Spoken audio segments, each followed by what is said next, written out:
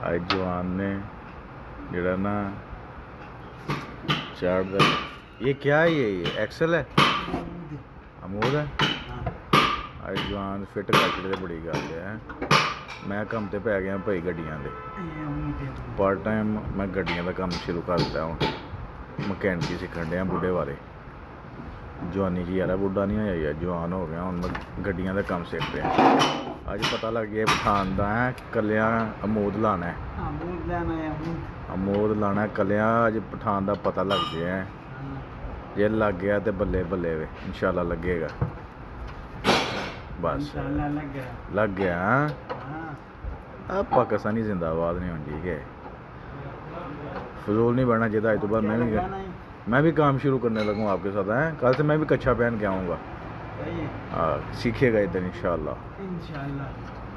1 साल में सीख जाऊँगा ना।